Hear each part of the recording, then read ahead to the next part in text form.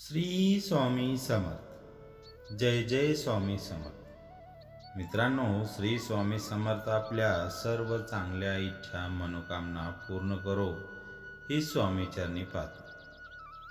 मित्रांनो, स्वतःला बदलायचं आहे तर मग हा व्हिडिओ तुमच्यासाठी आहे. जेव्हा एखादी व्यक्ती स्वामी महाराजांच्या सहवासात सामील होते तेव्हा स्वामी सर्वात प्रथम त्या व्यक्तीस शांत राहण्यास सांगायचे. कुठल्याही समस्येवर शांत राहणे हा एकच उपाय आहे असं स्वामी नेहमी म्हणायचे. आजच्या जमान्यात सगळीकडे गोंगाट धावपळ आहे. यामुळे मनात ताण तणाव निर्माण होणे हे स्वाभाविक आहे.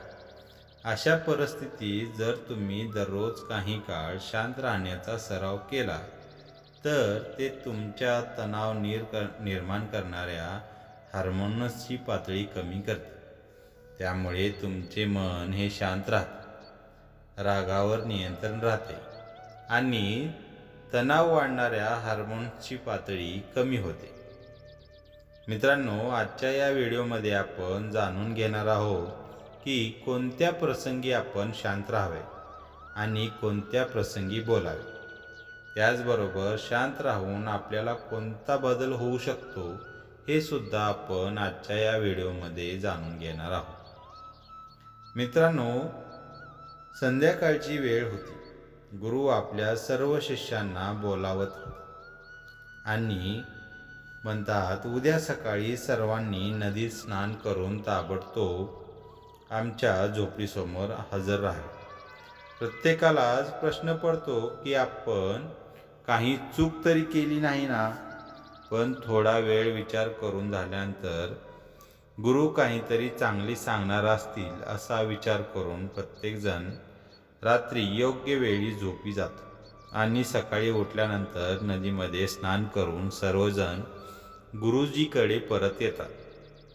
गुरु म्हणतात, आज मी तुम्हाला मौन करायचे फायदे सांगणार आहे. ते म्हणतात, 10 प्रसंग जेथे मौन राहणे फायदेशीर आहे आणि बोलणे हानिकारक आहे.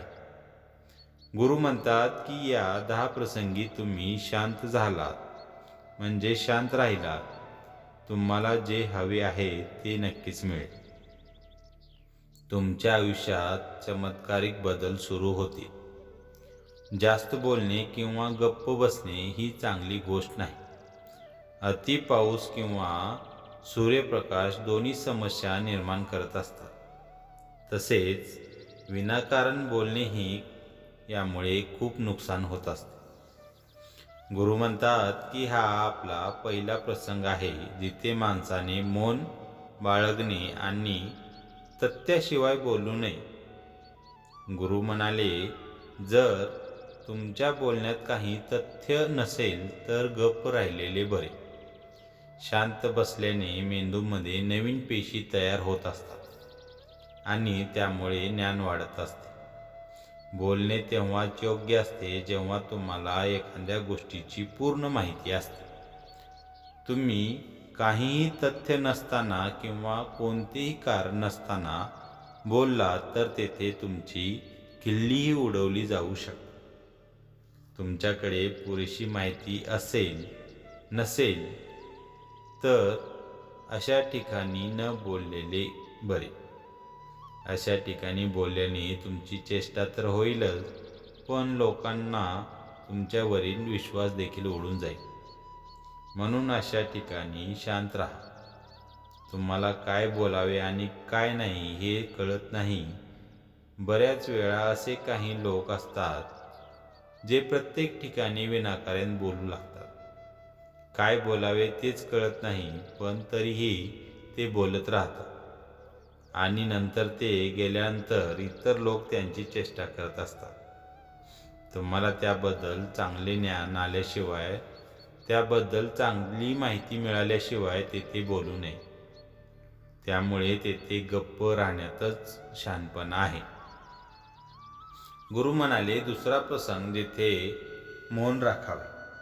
तुमचे शब्द एखाद्याला मानसिक त्रास देत असतील तर त्यांना त्या शब्दांनी दुखवू नका. त्यामुळे तेथे शांत बसावे. मित्रांनो, तुम्ही दुर्बल व्यक्तीबद्दल काहीही बोलून तुम्ही महान होऊ शकत नाही. कमकुवत व्यक्तीला साथ देण्यात तुम्ही महान व्हा. अनेक वेळा असे घडते की काही लोक आपल्यापेक्षा लहान असलेल्या व्यक्तीबद्दल वाईट बोलत राहतात. समोरची व्यक्ती तुमच्यापेक्षा खालच्या पदावर आहे, तो तुला काही बोलणार नाही, पण तू त्याच्या डोळ्यात नेहमी राहशील. हे शक्य आहे की उद्या तो देखील तुमच्यापेक्षा उच्च पदावर देखील जाऊ शकतो. जेव्हा तो तुमच्यापेक्षा वरच्या पदावरती जाईल तेव्हा तो नक्कीच त्याची परतफेड करेल. एखाद्याचा अपमान करून तुम्ही महान होऊ शकत नाही. जर तुम्हाला महान व्हायचे असेल तर तुम्ही तुमच्यापेक्षा लहान लोकांचा आदर करायला शिकले पाहिजे आणि त्याच वेळी मोठ्या लोकांचाही आदर करायला हवा. लोकांना असे वाटते की जर ते उद्धटपणे बोलले आणि समोरच्या व्यक्तीला खाली आणण्याचा प्रयत्न केला तर तो मोठा होईल, तर ही चुकीची गोष्ट आहे.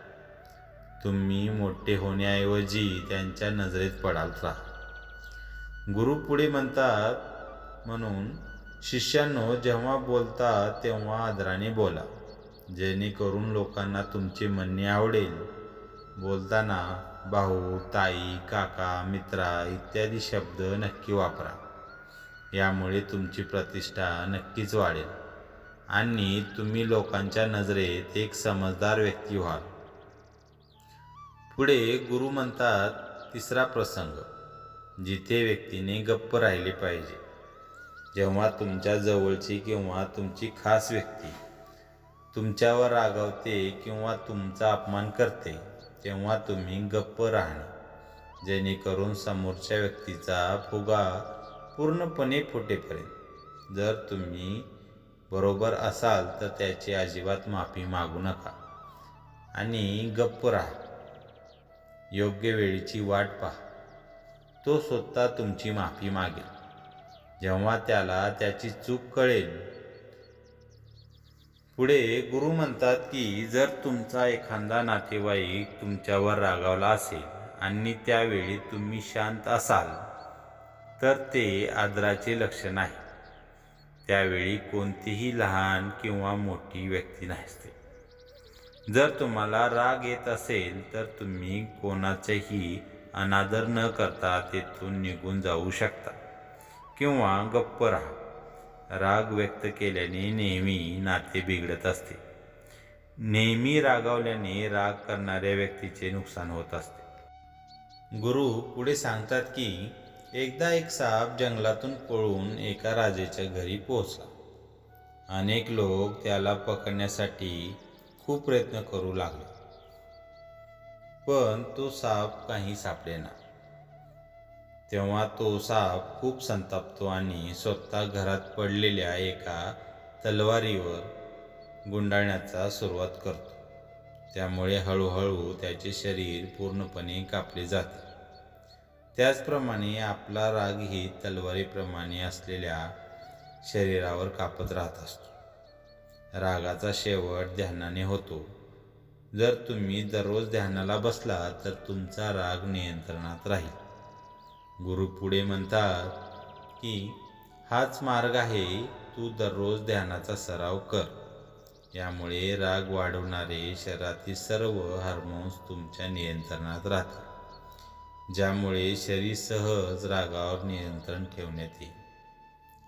जेव्हाही तुम्हाला राग येतो तेव्हा तुम्ही समजून घेण्याचा प्रयत्न करता की माझा राग योग्य आहे की नाही, तिथे बोलण्याचे की नाही बोलायचे.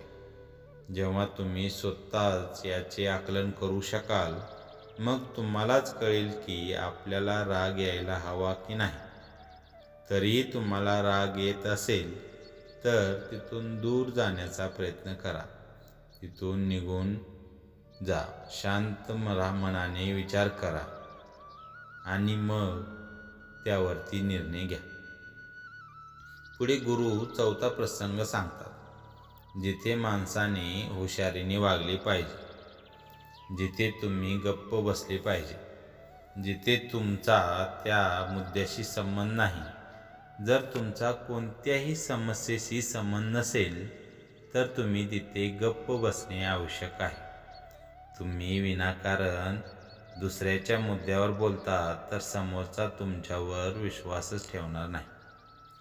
यात फक्त आणि फक्त तुमचंच नुकसान होणार आहे. दोन लोकांच्या वादात अडकू नका. जर समोरची व्यक्ती तुम्हाला त्याचा वाद मिटवण्यासाठी बोलावत असेल तरच तिथे जा. जोपर्यंत ती व्यक्ती तुम्हाला बोलावत नाही तोपर्यंत एखाद्या वैयक्तिक आयुष्यात किंवा वादात हस्तक्षेप करू नका. गुरु सांगतात की 10 प्रसंगापैकी 5वा प्रसंग जिथे माणसाने अत्यंत हुशारीने मौन बाळगले पाहिजे. तुमच्या बोलण्याने कोणाचे नुकसान होऊ नये. जर तुमचे शब्द इतर व्यक्तीच्या, कुटुंबाच्या किंवा मित्राच्या प्रतिष्ठेवर काही प्रमाणात परिणाम करत असतील तर तुम्ही तेथे शांत राहावे. एखाद्याच्या कुटुंबाबद्दल किंवा मित्राबद्दल वाईट बोलण्याने तुमचंही वाईट होईल, जे सहज नष्ट होऊ शकते. ते शब्द मोठे करू नका. ओरडून न बोलता बोलण्याचा प्रयत्न करत राहावे. जर तुम्ही ओरडल्याशिवाय काही बोलू शकत नसाल तर तुमच्यासाठी गप्प राहणे हिताचे आहे. जास्त बोलल्याने नेहमी गोष्टी बिघडत असतात. कधीकधी खूप मोठ्याने बोलल्यामुळे देखील नाती तुटत असतात. त्यामुळे आवाजात गोडवा आणा.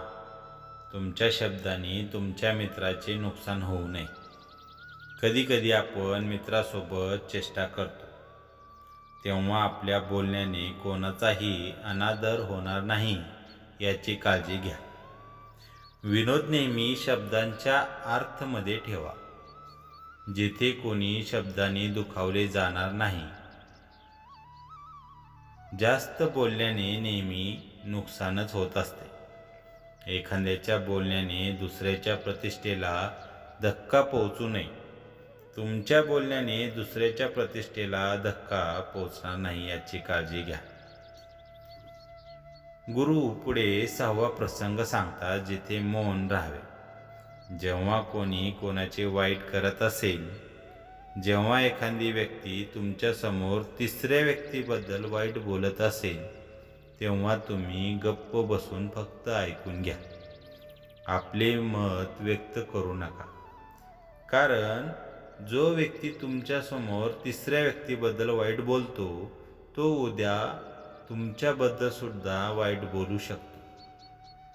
तुम्ही काही बोलतच नाही तर नीतिशास्त्रानुसार जो माणूस तोंड बंद ठेवतो आणि हुशारीने काम करतो तो शहाणा असतो. विनाकारण बोलणे, कुणाबद्दल बोलणे चुकीचे आहे. कधीकधी अशा ठिकाणी तोंड न उघडण्यातच शहाणपणा होतो. पुढे गुरु हा 7वा प्रसंग सांगतात जिथे माणसाने मौन बाळगावे. जेव्हा कोणी तुमच्या भावना समजून घेत नाही तर तुम्हाला वाटत असेल की कोणीतरी तुमच्या भावना, दुःख, त्रास शब्दात समजत नाही. जर तुम्हाला वाटत असेल की समोरची व्यक्ती तुमच्या भावना किंवा दुःख, तुम्हाला भेडसावत असलेली समस्या समजून घेत नाही किंवा समजून घेण्याचा प्रयत्नही करत नाही किंवा तो तुमचे म्हणणे लक्षपूर्वक ऐकत नाही, अशा व्यक्तीसमोर गप्प बसावे. कारण अशा लोकांना तुमच्या भावना किंवा दुःखाशी पर्वा नसते. अशा लोकांना तुमचे रहस्य सांगून तुम्हाला नंतर पश्चाताप होईल. त्यामुळे अशा व्यक्तीला तुमच्या मनात काय आहे ते सांगू नये. जर तुम्हाला वाटत असेल की समोरची व्यक्ती तुम्ही काय बोलत आहात हे समजू शकत नाही, तुमच्या भावना समजू शकत नाही, त्यामुळे जिथे अशा ठिकाणी बोलू नये. कारण अशा वेळी तुमचाच हा विनोद बनेल.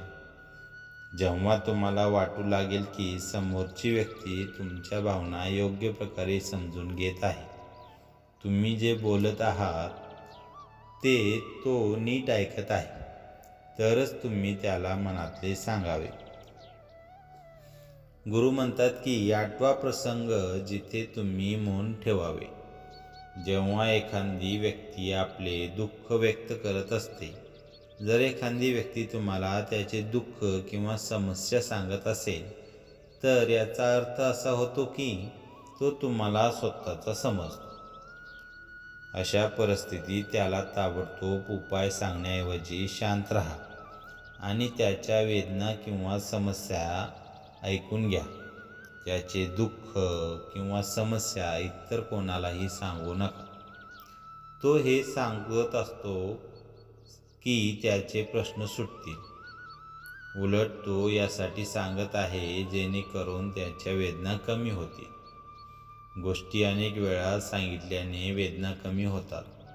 तो कदाचित तुम्हाला त्याचे दुःख सांगत असेल कारण त्याला वाटते की तुम्ही त्याचा मुद्दा समजून घेत आहात. शेअर केल्याने दुःख कमी होते. म्हणून जेव्हा कोणी आपले दुःख तुमच्यासमोर व्यक्त करते, तेव्हा तुम्ही शांत राहून त्याचे म्हणणे ऐकून घ्या. त्यामुळे त्याचा त्रास कमी होतो. त्याच्या मनावरील ओझे देखील हलके होते. मित्रांनो, पुढे गुरु सांगतात की 10 पैकी 9 जेथे तुम्ही शांत राहावे. जेथे दुष्ट स्वभावाचे लोक राहतात आणि शिव्या देत असतात, त्यामुळे तिकडे जाऊ नका. अशा ठिकाणी शांत राहा. म्हणजेच तुम्ही तुमची प्रतिक्रिया न देता तेथून निघून जा. कारण ज्यांची जीभ वाईट असते ते दुष्ट स्वभावाचे असतात. अशा वेळी तुम्ही त्यांना समजू शकत नाही. जेव्हा त्यांचे मन पूर्णपणे शांत होईल तेव्हाच तो तुमचे ऐकेल. त्यामुळे तिथे ज्या ठिकाणी दुष्ट स्वभावाचे लोक तुमचे ऐकत नाहीत अशा ठिकाणी बोलू नका. गुरु सांगतात की 10वा प्रसंग जेथे तुम्ही शांत राहावे. तुमच्या यशाचे रहस्य सर्वांना सांगू नका. बरेचदा असे घडते की काही लोक ज्यांना खूप लवकर यश मिळते ते सर्वत्र आपल्या यशाबद्दल बडाई मारू लागतात. अशा स्थितीत काय होते की तुमच्या यशाने अनेकांना आनंद होत नाही. जर तुम्ही तुमच्या यशाबद्दल जबरदस्तीने लोकांसमोर बडाई मारत असाल तर अशा लोकांची नकारात्मक ऊर्जा ही तुमच्यावर परिणाम करू शकते. जेव्हा तुम्ही यशस्वी व्हाल तेव्हा सर्वांना कळेल की तुम्ही यशस्वी झाला आहात. बडाई मारल्याने तुमचेच नुकसान होते. एवढे बोलून गुरु म्हणाले, शिष्यांनो, आज एवढेच. जर तुम्ही सर्वांनी माझ्या या 10 गोष्टी तुमच्या आयुष्यात अंगीकारल्या तर तुम्ही सर्व समस्यापासून बऱ्याच अंशी वाचाल. माझे हे शब्द तुमच्या आयुष्यात आशीर्वादापेक्षाही कमी नाहीत. तर मित्रांनो, मला आशा आहे की तुम्हीही या व्हिडिओमधून बरेच काही शिकले असाल. व्हिडिओ आवडला असेल तर व्हिडिओला लाईक आणि चॅनलला सबस्क्राईब करायला विसरू नका. श्री स्वामी समर्थ. जय जय स्वामी समर्थ.